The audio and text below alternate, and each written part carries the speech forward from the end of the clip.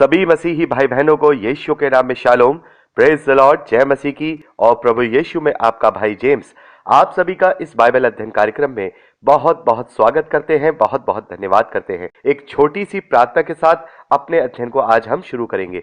Hallelujah. धन्यवाद पिता परमेश्वर, धन्यवाद तेरी सारे अद्भुत रीति वाले प्रेम, तेरे अनुग्रह और तेरी सारी आशीषों के लिए। धन्यवाद करते हैं इस बाइबल अध्ययन कार्यक्रम के लिए पिता परमेश्वर, जिससे हम सीख रहे हैं, जिससे हम समझ रहे हैं, तेरे वचन को जान रहे हैं। प्रभु होने दीजिए पिता परमेश्वर, इस बाइबल अध्ययन कार्यक्रम को हम आपके जोरावर हाथों में सौंपते हैं। आप इसका संचालन कीजिए, पवित्र आत्मा से हमारी अगुवाई कीजिए, ताकि आपकी इच्छा सुनने और सुनाने वालों पर दोनों पर पूरी हो। सब कुछ तेरे हाथों में, तेरे जोरावर हाथों में सौंपते हैं। प्रभु यीशु के सामर्थी और मीठे नाम में मांगते हैं, आमीन। यहाँ पहले वचन में देखते हैं, सब्त के दिन के बाद सप्ताह के पहले दिन पौ फटते ही मरियम मगदलिनी और दूसरी मरियम कब्र को देखने आई। तो हम यहाँ देखते हैं कि प्रभु यीशु मसीह को जो है शुक्रवार जो है बृहस्पतिवार की यानी गुरुवार की रात को पकड़वाया गया और शुक्रवार को उसे क्रूसीफाई किया गया।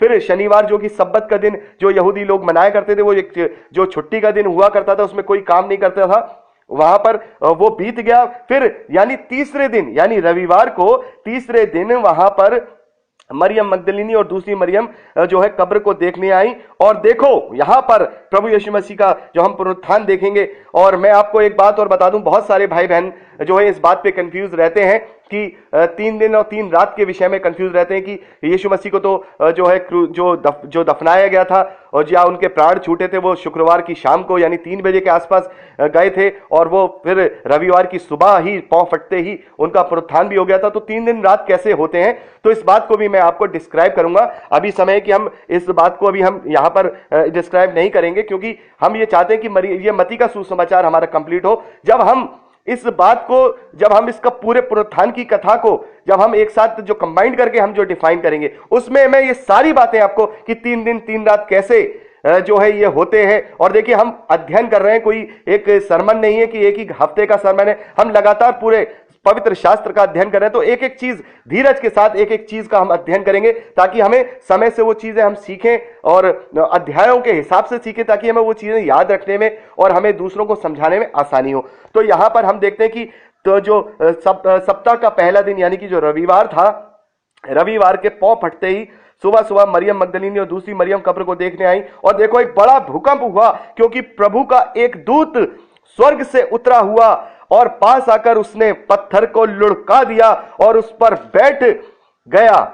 उसका रूप बिजली का सा था और उसका वस्त्र पाले के समान उज्जवल था। उसके भय से पहरुए कांप उठे और मृतक के समान हो गए। तो हम यहां देखते हैं कि जो रविवार का सुबह सुबह जो पौ फटते ही जैसी पहली सूरज की पहली किरण निकलते ही वहां पर क्या हुआ, स्वर्गदूत वहां पर आ गया और उसने पत्थर को लुढ़का दिया। एक ही हाथ से उसने पूरे पत्थर को लुढ़का दिया और वहां पर जो उसका जो रूप था, जो बिजली का सा रूप था, और उसके वस्त्र के जो पाले के समान उज्जवल थे, उसके डर के मारे जो वहां पहरेदार थे वो कांप गए और जैसे कहते हैं बेहोश हो गए, मृतक के समान हो गए, मतलब वो अनकॉन्शियस हो गए और बेहोश हो गए।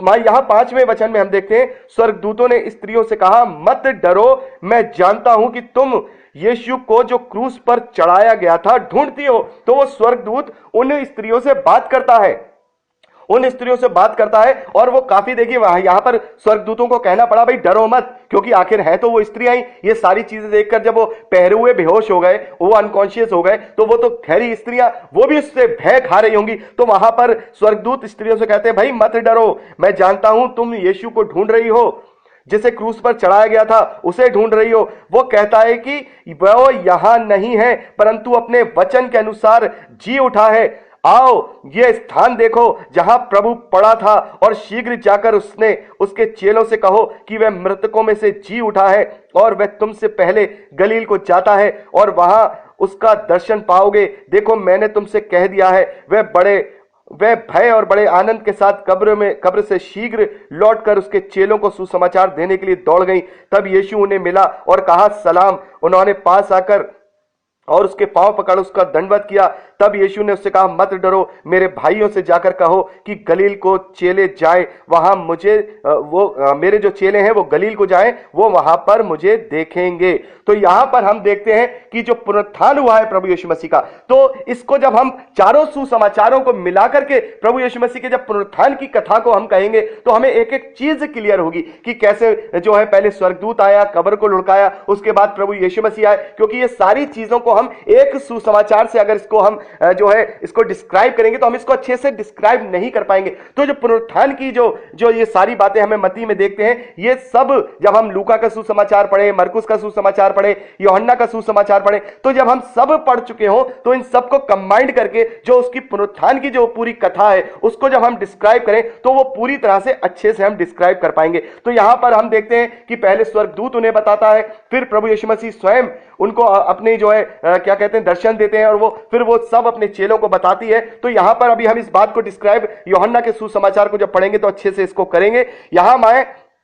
यहां मैं आपको यहां से आगे बढ़ता हूं कि यहां प्रभु यीशु मसीह कहते हैं कि जाओ मेरे चेलों से, अपने भाइयों से जाकर के कह दो कि मैं उनसे गलील में, यानी गलील कौन सी जगह है जहां से प्रभु यीशु मसीह ने अपने प्रचार की शुरुआत की थी, और जहां उस गलील देश के सामरी जो आपका नाजरी, माफ कीजिएगा सामरी कह रहा हूं, जो गलील प्रदेश का जो नाजरत जो शहर था वहां वो पला बड़ा था, उसने वहीं गलील प्रदेश से ही अपनी सेवकाई शुरू की थी। उन्होंने कहा जाओ जाकर के कहो गलील में जाएं। अब यहां से वो सीधा गलील में जाएं और वहां जाकर के मुझे देखेंगे, और जो है ये सारी चीजें मैं फिर उनके साथ अपने पुनरुत्थान की बातों को शेयर करूंगा। तो यहां पर हम 11वें वचन में देखते हैं, वह जा रही थी कि पहरुओं में से कुछ ने नगर में आकर पूरा हाल प्रधान याजकों से कह सुनाया। तब उन्होंने पुरनियों के साथ इकट्ठे होकर सम्मति की और सिपाहियों को बहुत चांदी देकर के कहा, यह कहना कि रात को जब हम सोए थे तो उसके चेले आकर उसे चुरा ले गए, और यदि यह बात हाकिम के कानों में पहुंचेगी तो हम उसे समझा लेंगे, तुम्हें जोखिम से बचा लेंगे। अतः उन्होंने रुपए लेकर जैसे सिखाए गए थे वैसा ही किया, और यह बात आज तक यहूदियों में प्रचलित है।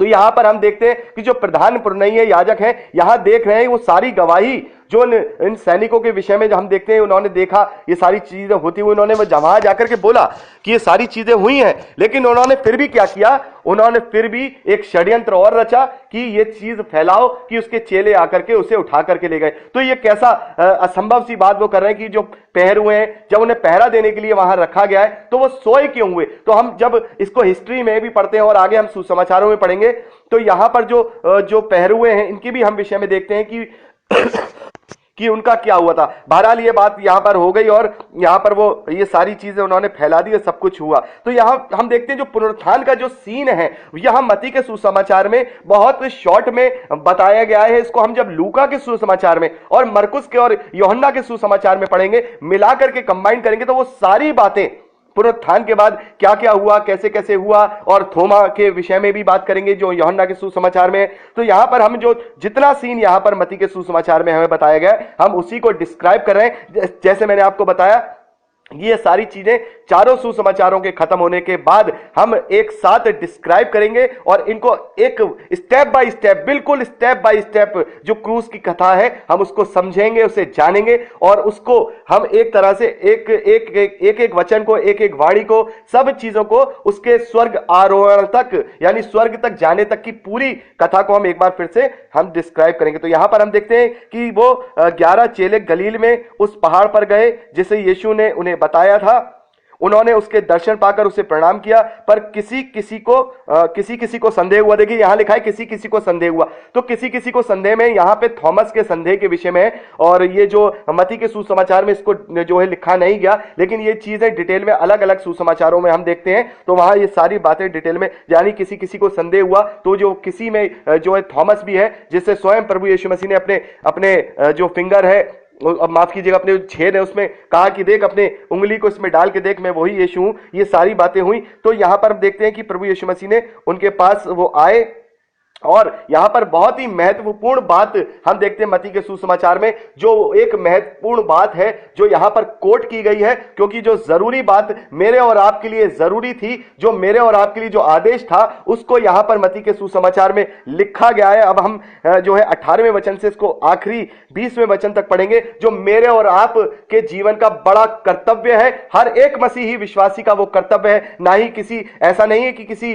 कोई सिर्फ जो सेवकाई करते हैं या जो प्रभु के बुलाए हुए लोग हैं, जो उसका जो पास्टर लोग हैं, उनके लिए नहीं, ये प्रत्येक मसीही विश्वासी के लिए यहां पर प्रभु यीशु मसीह की जो अंतिम आज्ञा है वो हम देखते हैं। यीशु ने उनके पास आकर कहा, स्वर्ग और पृथ्वी का सारा अधिकार मुझे दिया गया है। यानी यीशु मसीह ने उन्हें बता दिया कि देखो, स्वर्ग का, पृथ्वी का, सबका सारा अधिकार अब मुझे दे दिया गया है, क्योंकि मैंने अपने पिता की आज्ञा को पालन करके मृत्यु पे मैं जयवंत हो गया। देखो, अब मैं हमेशा जीवता रहूंगा और मैं हमेशा जीऊंगा। अब मैं पहले मर गया था, लेकिन अब मैं उठ गया हूं, मैं हमेशा हमेशा जीवित रहूंगा। तो यहां प्रभु यीशु मसीह कहते हैं, अंतिम आज्ञा उन्हें देते हैं, इसलिए तुम जाओ और सब जातियों के लोगों को चेला बनाओ और उन्हें पिता और पुत्र और पवित्र आत्मा के नाम से बपतिस्मा दो और उन्हें सब बातें जो मैंने तुम्हें आज्ञा दी हैं मानना सिखाओ। देखो, मैं जगत के अंत तक सदा तुम्हारे साथ हूं। तो यहां प्रभु यीशु मसीह के पुनरुत्थान की बहुत सारी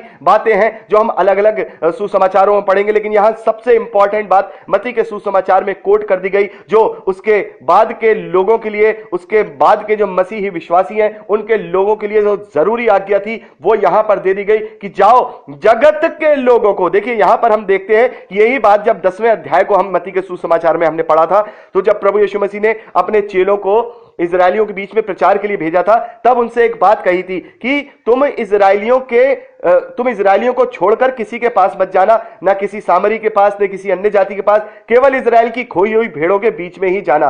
क्योंकि हमने देखा था कि प्रभु यीशु मसीह की उस वक्त जो सेवकाई थी वो मूसा की व्यवस्था के अधीन में होकर के थी, तो वो सारी बातें केवल मूसा के व्यवस्था पर पालन करने वाले उन इजरायली और यहूदियों के लिए ही थी। लेकिन अब यहां देखिए, यही आदेश अब डिफरेंट हो चुका है। जो आज्ञा पहले उन चेलों को प्रभु यीशु मसीह ने पुनरुत्थान से पहले दी थी, केवल इजरायलियों के लिए दी थी, लेकिन अब यहां प्रभु यीशु मसीह पुनरुत्थान के बाद चूंकि पूरे मानव जाति के साथ उन्होंने उस वाचा को अपने लहू के द्वारा पक्का कर दिया, एक नई वाचा को पूरे जगत के उद्धार के लिए उन्होंने हमें दे दिया, उसके अनुसार अब वो नई आज्ञा यहां पर दे रहे हैं कि देखो, अब हम उन सारी व्यवस्थाओं से, उन सारे मूसा की आज्ञाओं से, उन सारी चीजों से जो विधि विधान की थी, हम उनसे छूट गए हैं। अब तुम्हें मैं नया हुक्म दे रहा हूं कि जगत के लोगों को, दुनिया के जगत के लोगों को तुम क्या करो, तुम उन्हें अपना चेला बनाओ और उन्हें पिता और पुत्र और पवित्र आत्मा के नाम से बपतिस्मा दो। यानी पहला स्टेप, उन्हें प्रभु का अंगीकार करवाओ। दूसरा स्टेप, उन्हें उसके नाम से बपतिस्मा दो। और तीसरा स्टेप, उन्हें वो सब बातें जो मैंने तुम्हें आज्ञा दी हैं मानना सिखाओ। यानी उन्हें फिर वचन के ज्ञान की क्या दो, उनको शिक्षा दो। और प्रभु यीशु मसीह कहते, देखो, मैं जगत के अंत तक सदा तुम्हारे साथ रहूंगा, या मैं तुम्हारे संग हूं। तो प्रभु यीशु मसीह ने यह आज्ञा मुझे और आपको दी है। उसने अपना पुनरुत्थान किया, उसने हमें आज्ञा दे दी कि देखो, जो उद्धार तुम्हें मिला है, यही उद्धार का प्रचार तुम जगत के लोगों से करो और उन्हें ज्ञान दो, उन्हें पवित्र शास्त्र की बातें सिखाओ, जो आज्ञाएं मैंने तुम्हें बताई हैं वो सिखाओ, उन्हें पिता और पुत्र और पवित्र आत्मा के नाम से बपतिस्मा दो। तो हर एक मसीही विश्वासी का यह कर्तव्य है कि प्रभु की मृत्यु, उसके गाड़े जाने, उसके जी उठने का वो प्रचार करे, चाहे वो किसी भी रीति से करे, चाहे वो फिजिकल रूप से करे, चाहे अपने व्यवहार से करे, चाहे वो किसी भी तरीके से इसका करे, वो अपने कर्तव्य को प्रभु यीशु मसीह में पूरा करे। तो मेरे प्यारे भाई बहनों, यहां पर हमने मत्ती के सुसमाचार को हमने यहां पर कंप्लीट कर लिया है, और इसमें कुछ बातें हैं जो अभी हमने अधूरी की है। यानी कि जो क्रूसिफिकेशन से लेकर के जो पुनरुत्थान की जो कथा है, जब हम इसको, मैंने जैसा बार बार बता रहा हूं, मैं इसको पूरे चारों सुसमाचार जब हम कंप्लीट कर लेंगे तो इसको हम अच्छी तरह से वचन बाय वचन डिस्क्राइब करेंगे, स्टेप बाय स्टेप हम इसको डिस्क्राइब करेंगे। चूंकि हम एक एक किताब का अध्ययन कर रहे हैं, तो उतना ही हम यहां पर हमने अध्ययन किया जितना कि मत्ती के सुसमाचार में पाया जाता है। क्योंकि अगर हम आगे इधर उधर भागेंगे तो हमारा अध्ययन इस तरीके से कंप्लीट नहीं होगा। हमने मत्ती में देख लिया कि क्या क्या चीजें कोड हैं, फिर हम अब हम मरकुस के सुसमाचार में अब शुरू करेंगे। जो है बुधवार से हम जो है मरकुस का सुसमाचार शुरू करेंगे, उसमें हम एक एक करके सारी चीजों को देखेंगे, फिर लूका को देखेंगे, फिर हम यूहन्ना के सुसमाचार को देखेंगे। तो इस तरीके से प्रभु यीशु मसीह की पूरी जर्नी, जो सेवकाई की जर्नी, जो शुरू से लेकर के हमारी जो उसके पुनरुत्थान की और उसके बाद स्वर्ग तक जाने तक की पूरी सब बातें हम अच्छे से सीक्वेंस में समझ पाएंगे और अच्छी तरह से हम उसे सीख पाएंगे। और इन बातों का जो विस्तार पूर्वक बातें जो प्रेरितों के द्वारा बाद में बताई गई हैं, पौलुस के द्वारा, पतरस के द्वारा, यूहन्ना के द्वारा, उन सब को डिस्क्राइब करके हम नए नियम की सब बातों को अच्छी तरह से सीखेंगे, उसकी आज्ञाओं को सीखेंगे, उसके सारे पर्पस को सीखेंगे। तो आज यह मत्ती के सुसमाचार को हमने परमेश्वर का धन्यवाद है, हमने कंप्लीट कर लिया है और काफी हमें समय लगा, इसका 2.5 महीने से ज्यादा हमें इस सुसमाचार को जो है अध्ययन करने में लगा। और प्रभु का धन्यवाद है कि जो हमने यहाँ पर जो ये सुसमाचार को आज अभी हमने कंप्लीट किया, जो भी बातें हमने सीखी यहाँ से जो समझी हैं, होने दे पिता परमेश्वर वो पवित्र आत्मा की सामर्थ्य से हमारी बुद्धि में, हमारे मस्तिष्क में, हमारे हृदय में बस जाए और हम दूसरों को उसकी रोशनी सुनाने वाले यानी उसका प्रचार करने वाले बन सके। तो सबको परमेश्वर के हाथों में सौंपता हूं, प्रार्थना को यीशु के नाम में मांगता हूं, आमीन। प्रेज द लॉर्ड, जय मसीह की, खुश रहिए। दोस्तों, यदि आपको ये प्रचार पसंद आया है तो प्लीज शेयर जरूर करिए, और अगर आप चाहते हैं कि हमारे और भी वीडियो देखना जो हमने अपलोड किए हैं और जो हम आगे अपलोड करेंगे, तो आप हमारे चैनल को सब्सक्राइब कर लीजिए और वहां बेल आइकन है उसे टच करिए, ताकि जब भी हम नया वीडियो डालें वो नोटिफिकेशन आप तक जरूर पहुंचे। तो दोस्तों, आज के लिए इतना ही। परमेश्वर आपको सुरक्षित रखे, आप आनंदित रहें, परमेश्वर में आशीष पाए और बढ़ते जाएं, यीशु के सामर्थी नाम में, आमीन। प्रेज द लॉर्ड, जय मसीह की।